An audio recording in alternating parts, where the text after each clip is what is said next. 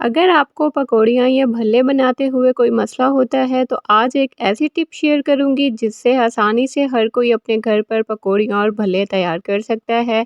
अस्सलाम वालेकुम फ्रेंड्स, कैसे हैं आप सब लोग? मैं हूँ समरीन और आप लोग देख रहे हैं समर्स किचन।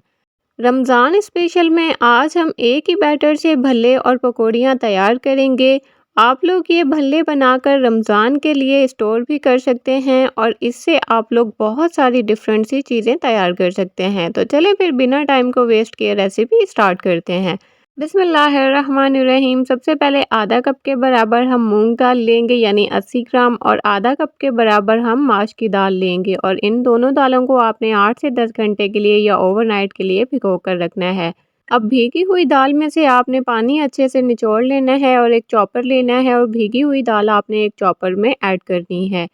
अब हम इसमें 1/3 कप के बराबर थोड़ा-थोड़ा पानी करके ऐड करेंगे। आपने पानी एक साथ ऐड नहीं करना, इसमें आपने थोड़ा-थोड़ा सा पानी करके ऐड करना है और साथ के साथ आपने देखते रहना है। बैटर आप लोगों ने इसका थिक बनाना है, जिस तरह से आप लोगों को वीडियो में नज़र आ रहा है, बिल्कुल आप लोगों ने इसे इसी तरह से तैयार करना है। बैटर आप लोगों का दानेदार होना चाहिए। अब हम इसे एक खुले बर्तन में ट्रांसफ़र करेंगे और अच्छी तरह से इसे मिक्स करेंगे हैंड बीटर के साथ। आप लोगों ने इसे बहुत अच्छी तरह से मिक्स करते हुए इसे रेडी करना है ताकि ये फ्लफ़ी हो जाए, जिस तरह से क्रीम फ्लफ़ी होती है।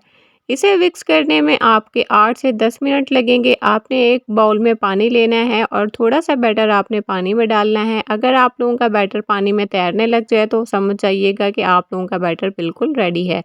अब हम इसमें हाफ़ टी स्पून नमक शामिल करेंगे, हाफ़ टी स्पून ही लाल मिर्चों का पाउडर शामिल कर देंगे, 1/4 टीस्पून इसमें अजवाइन शामिल करेंगे और 2 से 3 पिंच हम इसमें हींग के शामिल करेंगे और 1/4 टीस्पून इसमें हल्दी पाउडर शामिल करके अच्छे से इसको मिक्स कर लेंगे।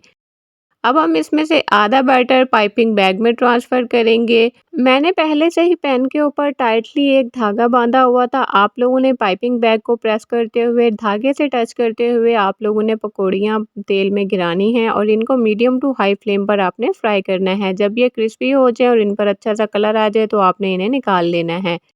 भले आप लोग हाथ की मदद से ऑयल में डाल सकते हैं। आप लोगों ने जितने बड़े साइज़ के भल्ले तैयार करने हैं, उतना-उतना बैटर आप लोगों ने डालना है और इन्हें भी मीडियम टू हाई फ्लेम पर फ्राई करना है। जब ये अच्छे से क्रिस्पी हो जाएँ और इन पर आपकी मर्ज़ी का कलर आ जाए, तो आपने इन्हें निकाल लेना है। आप लोगों ने भल्लों को फ्रीज़ करना है, तो फ्रीज़ करने का तरीका ये है कि इस स्टेज पर आपने इनको पहले कंप्लीटली ठंडा करना है और फिर किसी ज़िप-लॉक बैग में डालकर आप लोग इन्हें 1 माह तक स्टोर कर सकते हैं। तो चले आएँ अब हम इन्हें सोक करके इनके दही बड़े तैयार करते हैं।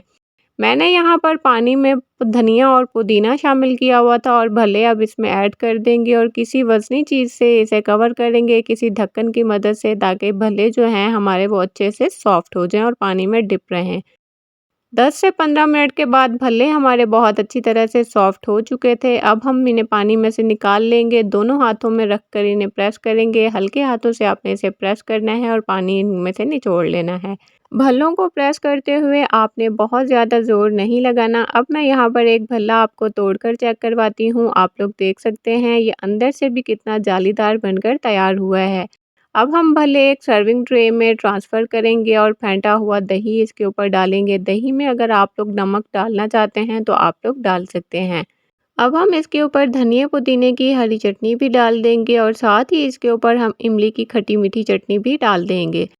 इन दोनों चटनियों की रेसिपी आप लोगों को मेरे चैनल पर मिल जाएगी और मैं डिस्क्रिप्शन में भी लिंक आप लोगों को दे दूँगी। अब इसके ऊपर आपने अपनी मर्ज़ी से चाट मसाला स्प्रिंकल करना है। अगर आपके पास बारीक वाली नींबू यानी सेव है तो आप लोग वो भी इसके ऊपर डाल सकते हैं। बहुत ही मज़ेदार और सॉफ्ट भल्लों से तैयार की गई ये चाट इंशाल्लाह आप सबको बहुत ज़्यादा पसंद आएगी। आप लोग अगर चैनल पर न्यू हैं तो जल्दी से चैनल को सब्सक्राइब कर लें, बेल आइकन को प्रेस करना मत भूलिएगा ताकि मेरी हर नई आने वाली वीडियो सबसे पहले आपको देखने को मिले। आपने इस रमज़ान में इस रेसिपी को ट्राई ज़रूर करना है और अपना फीडबैक मेरे साथ लाज़मी शेयर कीजिएगा।